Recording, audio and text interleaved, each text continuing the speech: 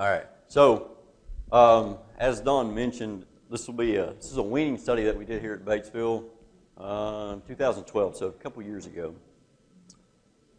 How many weaned calves in this room? Everybody? How do you typically do it? Take them to a different farm, right? How else? Fence line weaning, right? So, have you guys seen a difference in terms of performance by traditional weaning or fence line weaning? No? Have you thought about doing it at night? No? Everybody usually wakes up early in the morning, gathers their calves, and then wean their calves. That's how you guys typically do it? Sorry? Generally when it happens. I'm sorry, what did you say? Do it whenever. Yeah, that's typical. All right, so most of us already know weaning management is important in the beef industry, especially when you consider stress, health issues, weight loss associated with the weaning process, right? You stress that calf, you typically reduce your performance during that weaning period. That's pretty common. So previous work has reported that weaning distress can be reduced by fence line weaning.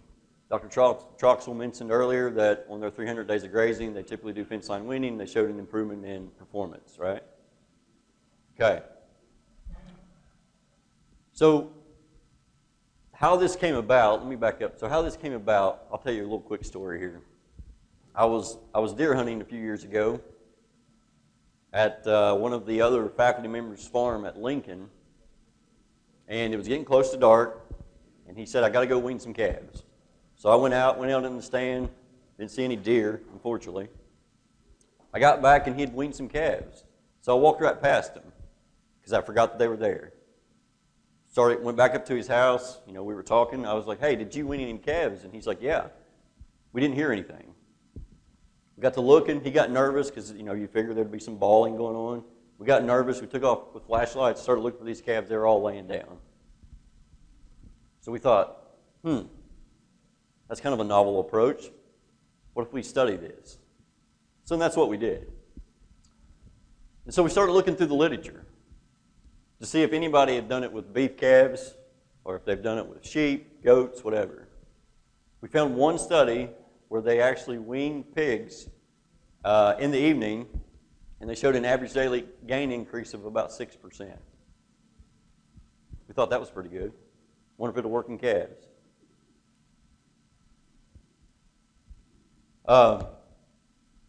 Then we started talking to producers. We noticed that there was some producer testimonial out there that suggested that evening weaning may be more favorable compared to your typical morning weaning. And that led us to this study. And so the objective of this study was to evaluate performance, behavior, and carcass measurements by fall-born calves weaned in the morning or evening using fence line or traditional weaning methods. Okay?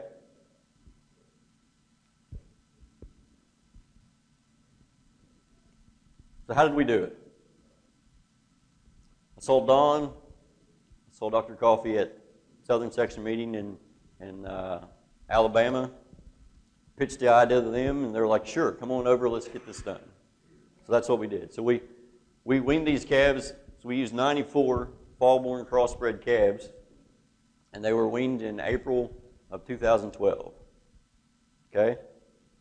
And so during this time, they had ad-libitum access to water, mineral, and were offered 2 pounds per head per day of the sealer's grains.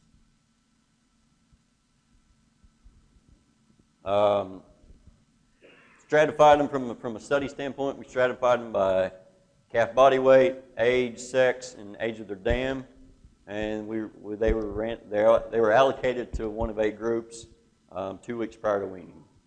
And so we put them in their groups prior to weaning, and so we could try to remove one of that stress effects from being commingled at the weaning time. So we wanted to try to keep everything on the same playing field.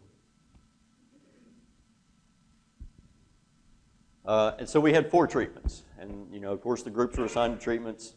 We had fence line AM, fence line PM, traditional AM, and traditional PM. And so our AM calves were weaned at 7:30 in the morning, and our PM calves were weaned at 5:30 at night for a 14-day weaning period. Okay?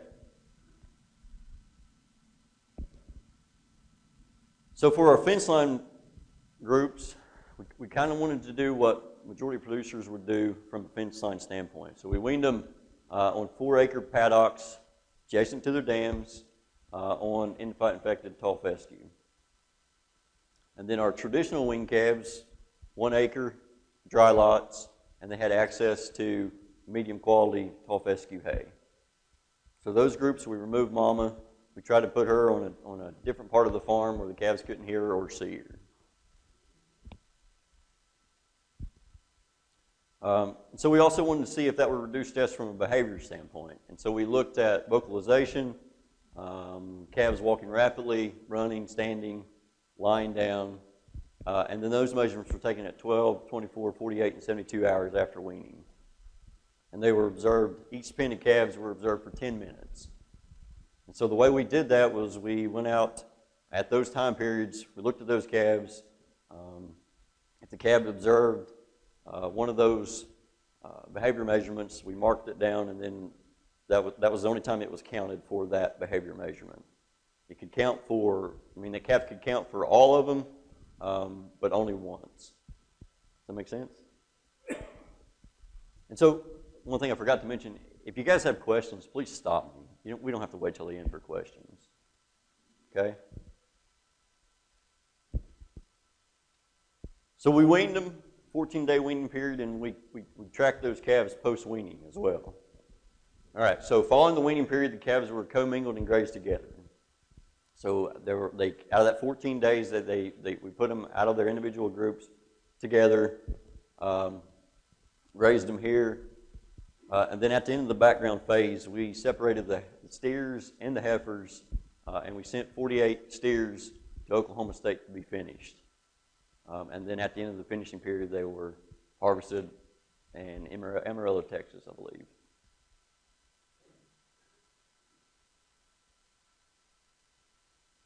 So our performance measurements, what do we want to look at there? So we want to look at weight gain, 14-day, 49-day, 79-day, 106-day post-weaning, and then 14, 49, 79, and 106-day average daily gain, and that carried through gain as well. Okay? And then we take your typical carcass measurements, hard carcass weight, back fat thickness, ribeye area, KPH, yield grade, marbling, and quality grade.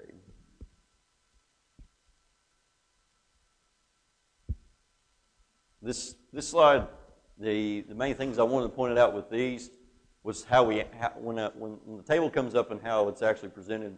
So the comparison will be those AM weaned calves with the PM weaned calves, and then those fence line weaned calves with those traditional weaned calves, and then we actually look for an interaction. Okay? Same thing. Some of the results. So from our behavior measurements, we showed a 34% reduction in vocalization with fence line wean compared with a traditionally wean. And then when we saw a 59% reduction in vocalization with PM wean calves compared with AM wean calves. Walking rapidly, standing, lying down, there was no difference.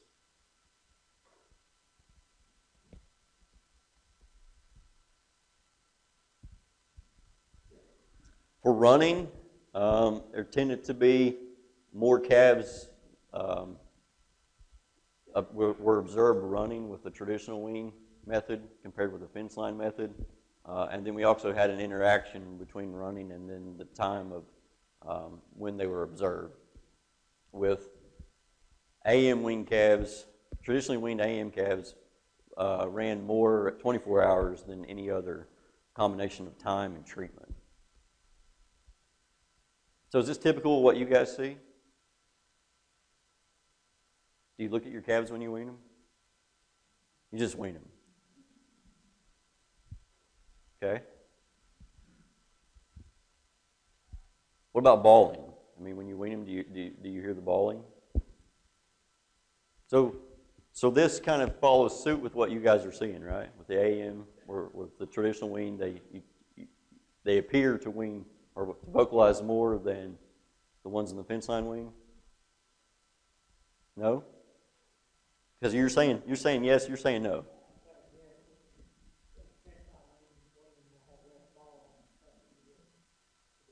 Okay. Okay. And you're saying no. You're shaking your head no. Do what? Okay. Okay. I understand.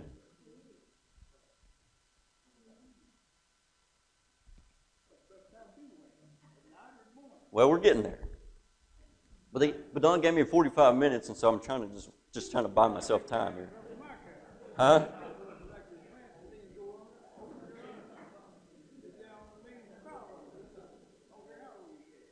Doesn't matter how you win. They go over the fence or under the fence.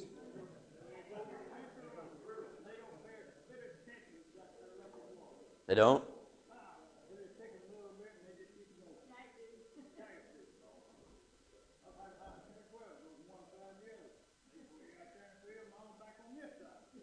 So how many strands? How many strands are they running through? Three strands? High tensile? Oh, yeah.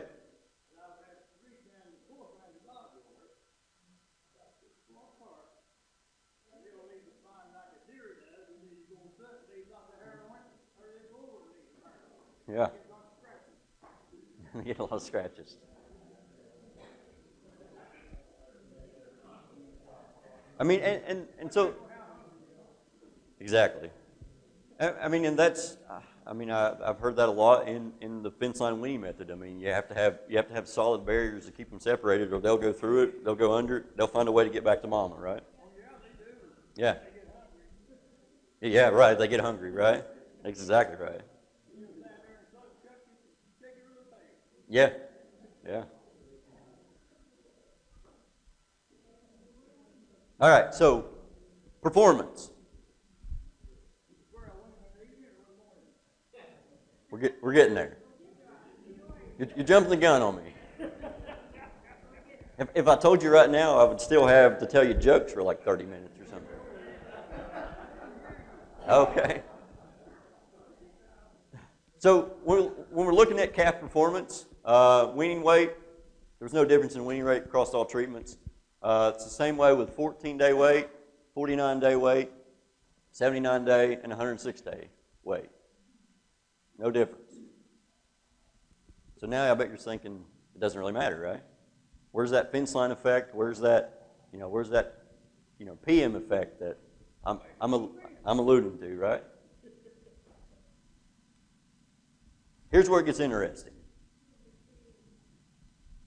So at 14 days, fence line weaning tended to improve average daily gain by almost a pound per head per day on average. Okay?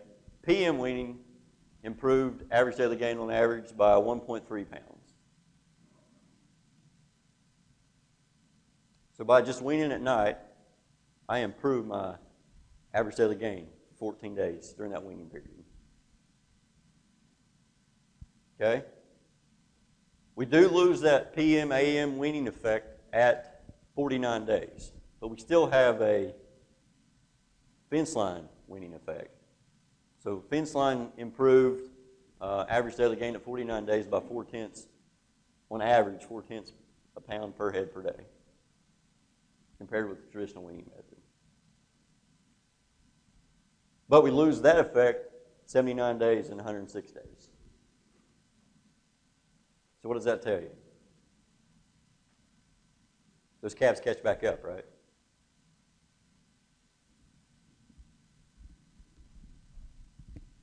But when do you guys typically sell your calves at weaning?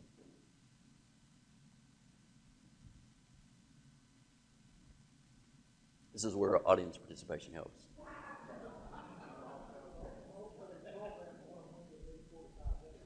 45 days. Okay. I'm sorry? That's exactly right. That's exactly right. But you said that was on a program. Well, okay. So is there any producers in here that typically don't sell them on a program? You? Sell them right off the cow. Okay. All right, so if we take those numbers and we kind of just look at gain, all right, so we still see that tendency for that fence line to improve gain at that 14 days by, on average, 13 pounds. So fence line weaning increased gain 13 pounds on average as opposed to traditional weaning. But our PM weaning, we improved gain at 14 days by 18 pounds on average. Just by thinking outside the box. Yes, ma'am. No, ma'am, I didn't. Yep. So there's some logistics in play in part of this, and then, of course, hindsight's 2020. And so I get that question a lot. But we did not, I mean, of course, you know, we made sure that Mama stayed where she needed to be, but we didn't go and take any types of measurements or any performance measurements on the calf's dam.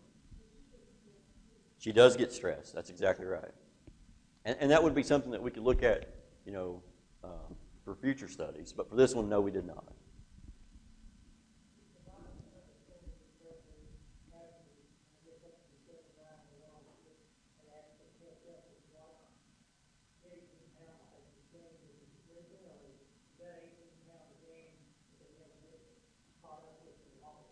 Nope, they catch up. Yep. Yep. But if you're weaning and selling at 45 days, so you start out, you can do weaning at night with the fence line method. And so if you wean at night with the fence line method, they gain of almost 44 pounds over that 14-day period.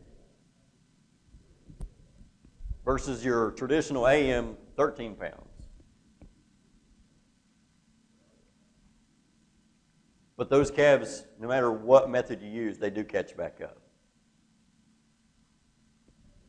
So at 49-day gain, again, it's just like average daily gain. We do lose that AM PM effect, but we do have a effect for fence line. So our fence line weaned calves at 49 days, on average, gained 18 pounds more than our traditional weaned calves. But like we just mentioned, that 79 days to 106 days, there's no difference. Those calves kind of catch back up. So they've got some compensatory gain happening, etc.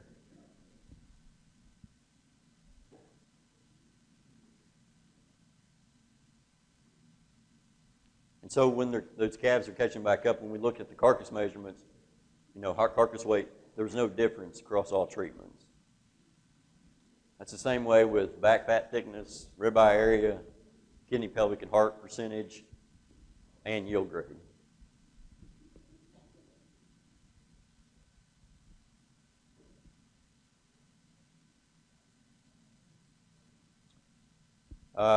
Still, when we look at carcass measurements in terms of marbling, there's no difference in marbling scores and percent choice across all treatments. So the benefit of the AM/PM is within that 14-day weaning period.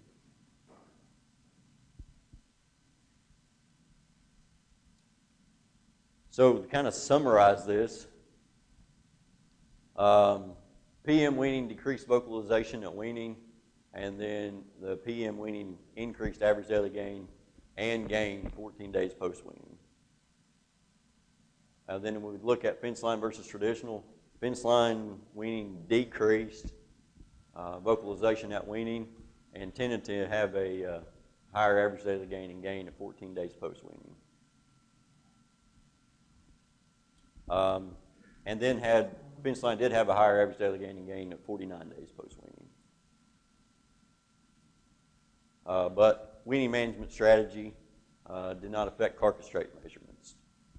So once we got past that 49-day period for the fence line traditional, it didn't carry through into our feedlot period. So kind of a conclusion, there may be advantages in behavior and performance when weaning in the evening using in the evening or using the fence line method, but these differences may not persist through the post-weaning and finishing periods.